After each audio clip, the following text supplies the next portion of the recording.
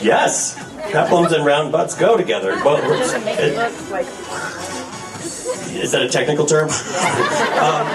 No, I mean it's all about your comfort with your round butt. I mean, you know, the round butts are good. They're a great thing. So if you don't want to show your butt off, then maybe the peplum would bring a little bit of attention to the tush. So then that might not be the best option for you. But generally, peplums are a great way to create more curve on the body. So if you already have curve, you might think that it's too much curve on you. So I'd have to see it to tell you whether or not it's working. So most women who are pear-shaped, and by the way, I say never compare yourself to fruit because it's not good for the self-esteem. It's just not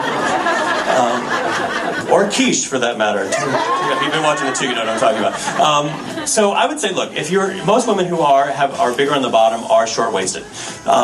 Don't worry so much about your short-waistedness, because short-waisted is actually a decent thing. It's a good thing because if you think about like Barbie, for example, right? Not that I'm saying that you should look like a Barbie doll, but like the look that when I'm styling, or Stacey and I are styling, is to give women a shorter torso and a longer leg line. So that's what we're going for in the first place, right?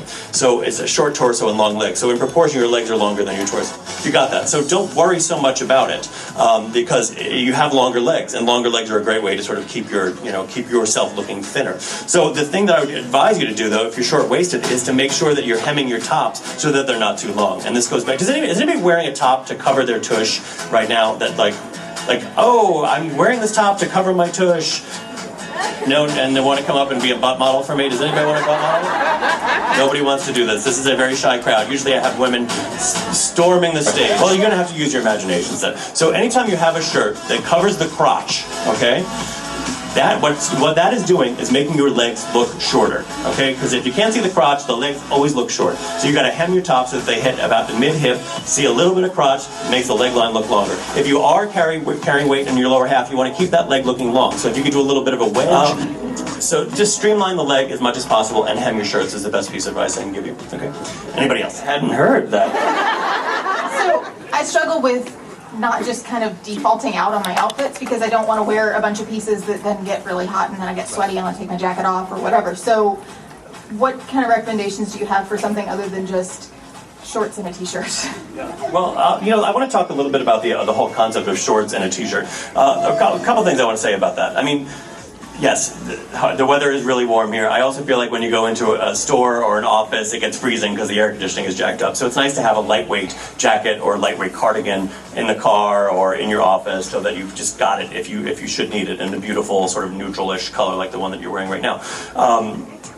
But the thing about style is this. Generally, the more layering is an aspect of style that creates interest and creates depth. So layering is actually an important component of style. If it's too hot to layer, then you can do like beautiful lightweight fabrics and lightweight cuts, sort of flowy cuts that are still that are comfortable. So look for blouses made of natural materials that will breathe a little bit. That's a good option for you. But I do want to talk about the idea of like jeans and a t-shirt, or crop pants and a t-shirt, or shorts and a t-shirt. I really do feel like the American woman has sort of opted out of style. None of you in the room, of course, but the other ones out there. And the thing about this is, like, there are so many ways to be casual and stylish and comfortable that are not like the mom jean and a t-shirt, Marianne. So like think about it this way. Like, instead of wearing the cross training shoe, it drives me crazy when I see people in cross trainers who are not actually cross-training in that moment. Okay, a cross-trainer is an athletic shoe, and if you're not doing an athletic something at the time, you probably should not be wearing it. There are other great, non-athletic sneakers out there. There are great flats, there are great sandals, there are great boots. That's an easy upgrade right there. When it comes to like bad jeans, like the light wash jean, there are such great dark wash jeans on the market right now. There's great colored denim on the market. Just as easy to put on a good pair of jeans as it is a bad pair of jeans. It's not as easy to find a good pair of jeans, but you've got to do the work. This is what style is about. You have to put the work into it so you get the payoff out of it. Instead of t-shirts, now, women are Americans are sort of addicted to things things that are like rectangular in shape. I very rarely meet a woman who is built like SpongeBob SquarePants. So this is you know, you're putting the wrong shapes on the wrong shape. So you want to look for blouses that have some sort of shape built into them, some sort of seaming, some sort of darting, an emphasis on the waist if at all possible. And then instead of wearing like the hoodie and the or the sweatshirt, which isn't so much here, but you know, there's a world of casual jackets and cardigans. So just upgrade very easily, and you won't find yourself in a style rut. Okay, but yes, when it comes to, you know, the heat, sometimes you got to do what you got to do to, like, you suffer through it a little bit, and you take the jacket off and yourself. Am I too old to be wearing this? Well, guess what? Well, you might be. That was a little bit of a trick question. So you get to a certain point where you start thinking about these things. That means that's a really good sign, actually, because when you don't think about those things, then people think you're cuckoo, because like, look at her, she's 93 and she's wearing hot pants and platform stilettos, you know. So you have to think about these things. Now the thing is, after a certain age, you don't want to show too much cleavage during the day. You don't want to show too much leg during the day. So you want to keep things that, you know, skirts and such by around the knee area. Top of the knee would probably be the shortest I would recommend. You never want to, you know, in daytime sort of show the navel area.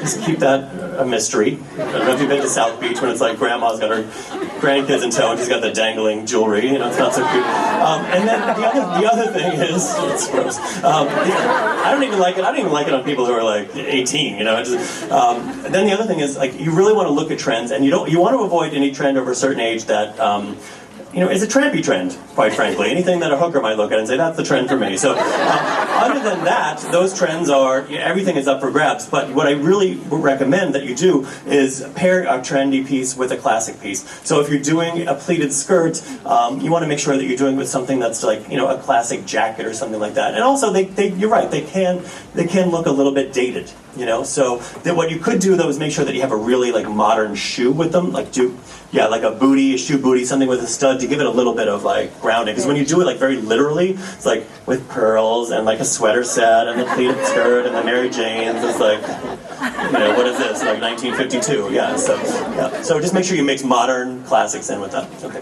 Anybody else? Yeah. For men's fashion for the fall and the winter. Yeah. Well, first of all, I want to say thank you, and I think that you are doing a great job dressing your shape. I love that print on you. I love that color palette. It's a great silhouette for you. The other thing I want to say is that I don't even think about menswear anymore. Sorry, guys. You're kind of non-existent to me at this point.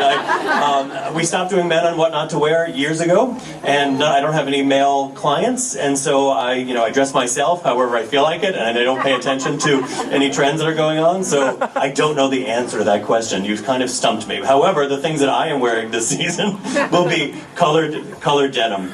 Is probably the biggest trend for men that I'm seeing. Like great teal or great like burgundy colored denim, and great boots and leather jackets are probably like the three things that you want to have: a leather jacket, boots, and a great sort of dark colored denim. All right. Sure.